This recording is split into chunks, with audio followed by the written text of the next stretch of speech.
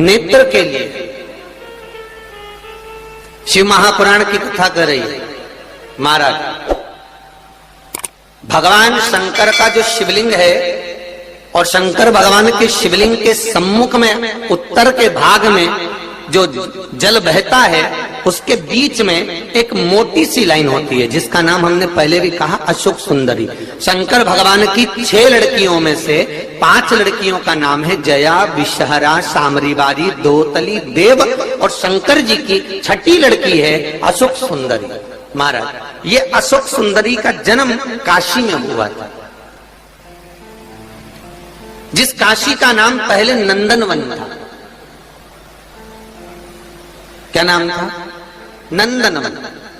उस काशी में अशोक सुंदरी का जन्म अर्थात माता पार्वती को भगवान भ्रमण कराने के लिए जब पार्वती मैया बोली आज मेरा मन कर रहा है कि अपन नंदनवन चलते हैं, तो भगवान शिव काशी ले गए पार्वती मैया। और वहां उन्होंने एक वृक्ष को सम्मुख में बैठकर माता जगत जननी जगदम्बा माता पार्वती ने उस वृक्ष की साक्षी में उस वृक्ष से एक कन्या को प्रकट करा जिसका नाम शोक को दूर करने वाली अशोक सुंदरी।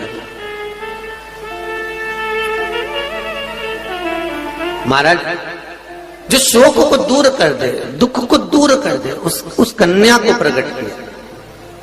अब अशोक सुंदरी का जो स्थान है वो जहां जलाधारी है, जहां से पानी बहता है, उसके बीच में जो एक लाइन है वो अशोक सुंदरी का स्थान है। बहुत ध्यान से सुनना महाराज कथा।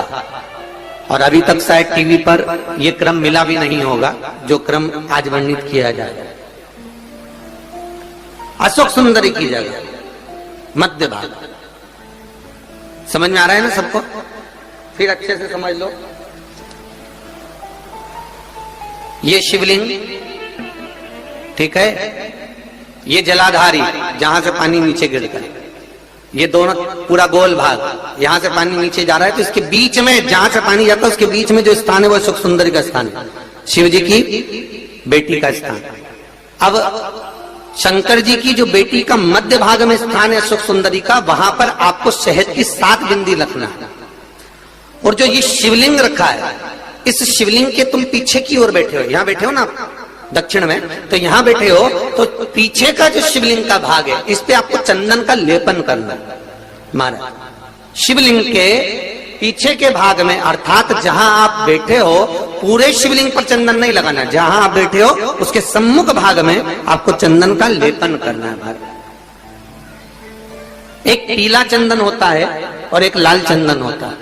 लाल चंदन कभी आप किराने वाले की दुकान पर जाएंगे तो वहां पर आपको लाल चंदन प्राप्त हो जाएगा। आपको जो लेपन करना है वो लाल चंदन का लेपन करना है। आपको पहले भी कथा में बताया कि शंकर भगवान को कुंकू नहीं चढ़ता, रोली नहीं चढ़ती, क्योंकि बाबा को अगर चढ़ता है तो लाल चंदन चढ़ता है। तो लाल चंदन का आप जब लेपन कर दें, लेपन करने के बाद शहद की 7 बिंदी आपको अशोक सुंदरी वाली जगह पर रखना है। महाराज रखने के बाद बाबा से विनती करना है और चंपेश्वर महादेव का स्मरण करना है। चंपेश्वर महादेव का स्मरण कर कर हाटकेश्वर महादेव का नाम लेकर बिंदी को लगाना है। लगाने के बाद उसी बिंदी को आपको एक कटोरी में, अब बिंदी कितनी लगेगी, जरा जरा सा शहद लगेगा, उसको छोटी सी कटोरी में लेकर आ जाना है। महाराज उसको लाने के बाद में शाम के समय पर प्रदोष काल के अंतर्गत, प्रदोष काल किसको कहा गया? सूर्य अस्त जब होता है, सूर्य अस्त के समय से 1-1.25 घंटे का जो समय वर्णित किया गया वो प्रदोष काल का वर्णन किया गया। महाराज तो उस समय पर नैनों में उसको काजल जैसा लगाना है और ऊपर की ओर देखना है। लगभग 1 मिनट देख लिया, 1.5 मिनट देख लिया, बहुत है महाराज, उतना बहुत काजल जैसा लगा। एक कटोरी में जो तुमने चंदन लगाया है उस चंदन को निकाल कर लाना है और आंखों के नीचे भाग में उसको समर्पित करना है। महाराज ये 2-3 चीजों में काम आता है। एक तो नेत्र की ज्योति बढ़ाने के लिए, जो चश्मे वाले नंबर हैं उसको उतारने के लिए। दूसरा, नेत्रों के नीचे जो कालापन आ जाता है उसको मिटाने के लिए इसका प्रयोग किया जाता है। महाराज तीसरा, इस शहद का प्रयोग नारी के जो रजो धर्म से जुड़ी हुई तकलीफें होती हैं, नारी के रजो धर्म से जुड़ी हुई जो प्रॉब्लम होती है, उसमें भी ये शहद काम आता है। महाराज, इस शहद का केवल प्रदोष काल के समय इसको चाट लिया जाता है, तो उससे भी नारी के जो रजो धर्म से जुड़े हुए प्रॉब्लम होती है उसमें भी उसको अंतर जाता है। तो हाटकेश्वर महादेव और दूसरा